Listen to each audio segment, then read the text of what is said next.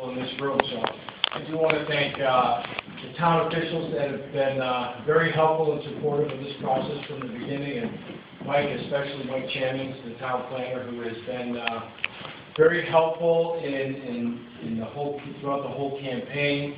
I'd like to thank the campaign staff that worked so hard these last couple of months helping us out and getting us here today. And I think I'd like to also introduce the ownership group that's here today and mention Bob Bear to my left, Steve Barber, Jim Boldebook, Robert and Suzanne Grover. I know this was a long road for us to, it's a lot of hard work to get to this point today, but I think we're all very excited about rolling up our sleeves and really getting back to work to get this project started and off the ground. And I think that's really what we're very excited about, is to get people back to, get people working on this project, create a four-season resort casino here in the state of Maine.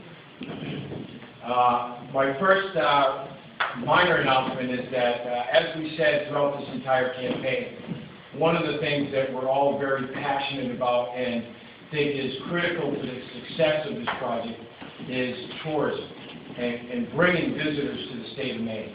And as you know, we've reached out to the Maine Tourism Director. We've asked to meet with them, and we want to try to promote and work as closely with the local and statewide tourism boards to bring people here to Western Maine and to really show them what a first-class operation that we're going to have here. So we're looking forward to doing that.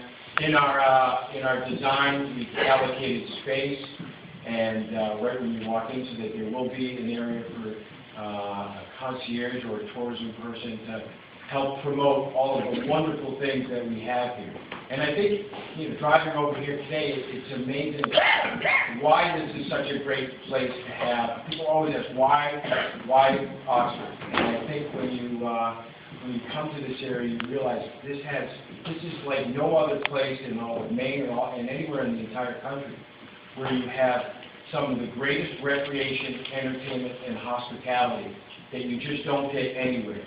We have tremendous golf. I think most of you drove by Poland Springs and saw what a terrific golf course that is, and Cindy Robbins put in a brand new driving range that I'm really excited about. I didn't play much golf this summer, so next year, Cindy. And it is happy birthday, Cindy. And thank you very much.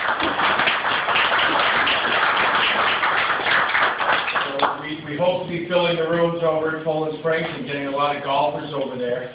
And of course, we have the Bethlehem and the Sunday Rivers and some of the best skiing, Mount Abram, of course. And we really have a unique place here. So I'm excited that we're going to try to bring more people here that are going to come, and we're going to try to make sure that we bring them out to the local businesses, and that's a commitment that we've been saying for a long time, and we're very passionate about continuing to do that. Obviously, we're here today to talk about site selection, and I just told you a little bit why I think this is the greatest place. But I think we had spent a lot of time trying to identify a location that really embodied a four-season resort.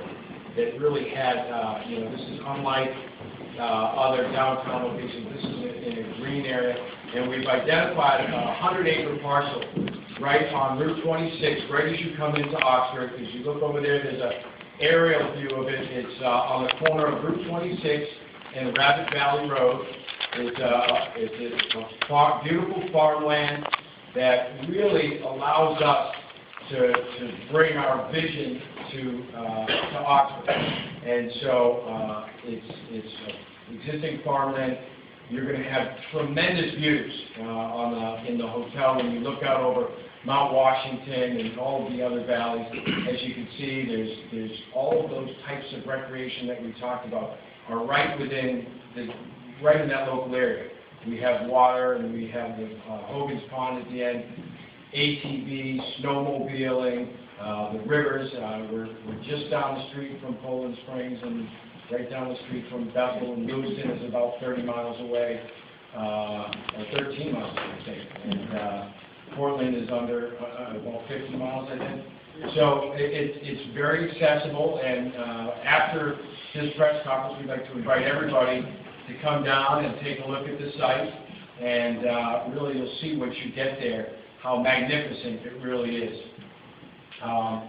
Really, what I think I'm excited to talk about today is also, I think we've hired an army of consultants, some of the best people in the state of Maine. These are Maine businesses that are going to help us with the site due diligence, with the actual permitting process. We are committed to getting this thing off the ground as quick as possible. So we've already hired a number of local firms here. I want to thank them for showing up and being here today. We have Mainland Development is really out of Livermore Falls. They're going to be helping us with the permitting project. Their consultants, Bob Berry, is from the civil engineering. They're going to help us put all those permits together and really get that information out to the local officials, to the state officials, and to the public. We also have Diane Morvito from Maine Traffic Resources. We've hired Sweet Associates, Summit Geoengineering Services, Kenneth Stratton. We've hired truly, I think, the first-class group of local professionals here that are going to help us bring this project out to the local, state, and the public. We're going to hold a public meeting so that everybody has an opportunity to come look at the plans in more detail and to give us their input before we file with the state and the local officials. We're going to meet with many of the local officials right off the bat to make sure that all their input is brought forth, and we're going to do that within the next 3 weeks. We'll announce the specific date coming up, and we'll make sure that everybody knows where we'll probably be at the Oxford High School, and we'll hold as many meetings as we need to make sure that all stakeholders have an opportunity to get their input into this project. I think if you look over here to your left, you'll see what is just our vision of the four-season resort that we talked about. As we mentioned before, it's a 5-year build-out, $165 million. And we're going to build it out in phases. The first phase is right there in the middle, is roughly a 65,000 square foot building that's going to have the table games, the slot machines, a restaurant, and a lounge. And then as we grow, and right after that, we're going to try to include a 200-room hotel, a spa, more meeting space, convention space, more gaming space, a parking garage. And I think as you see and you look at that plan, what you'll see is we're really going to try to promote a lot of that recreation. There's parking for RVs. You'll be able to bring your trailer if you have a snowmobile on the back, and we'll have special parking for that as well. As I mentioned, there's a lot of amenities in this area that we want to promote. And it's just I know a lot of you probably are thinking, what is our schedule and what is our plan? As I mentioned, in a couple of weeks, we want to have a public meeting so that everybody can get their input. We have to file with local permits.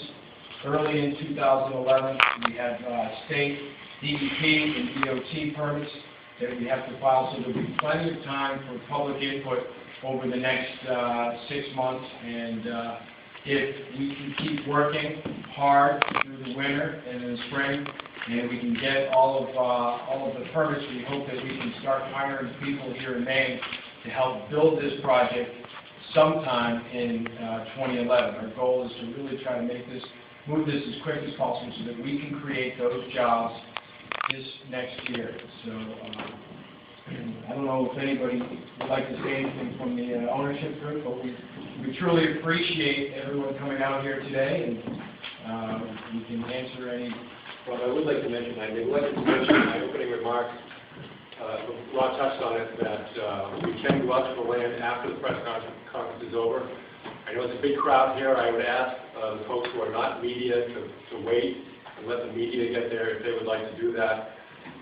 For the media, it's just out back on 26, just a couple miles, and we'll have the site marked with cones and so on and so forth. So I apologize for that to mention that. Any other questions that anyone would like to ask us while we're here in the room?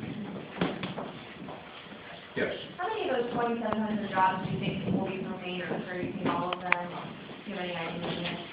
We believe that roughly 1,700 will be created directly, specifically to the resort. 1,000 of those jobs, as we have projected and was given by our economic stimulus person, Professor Gay at the University of Maine, will be created and support jobs all over the state and, of course, locally here. For instance, I'll give you a perfect example. Cindy Robbins has mentioned that she will be considering going from a seasonal operation at Poland Spring to a full year-round operation, and that right there is 100 jobs. But there will be many, many support businesses in this area that will increase employment. There'll be new jobs. There'll be more jobs for people who are suppliers, vendors, fishermen, farmers, and so forth. So the 1,000 is for Maine? I'm sorry. What is the 1,000 and 1,700 specifically you see before? The 1,000 being created, as a multiplier effect. Okay. And I think that doesn't include what we estimated is roughly 800 construction jobs. But specifically to your question, and I want to make it very clear, is that this ownership group is very committed to making sure that this is a project that is built by Maine people and businesses and run by Maine people and businesses. And we will give preferential hiring to all Maine people. Whenever possible, we want to hire Maine businesses and resources. I think that shows when we look at our first thing that we did was we hired some of the best engineers and consultants here in Maine, and we're going to continue to do that and give that type of preference to Maine businesses. So those is there a specific type of jobs those 1,000 you envision them being, or is it going to be an array of? So I think when we look at it, the 800 construction jobs are just, in the actual building. The 1,700 jobs in the actual running of the facility are going to be in all different categories. So for management, security, IT, we have hotel staff, we're going to have restaurant staff, we're going to have resort, casino staff, but it's in all different areas, big marketing, advertising, so these jobs will be in every single category.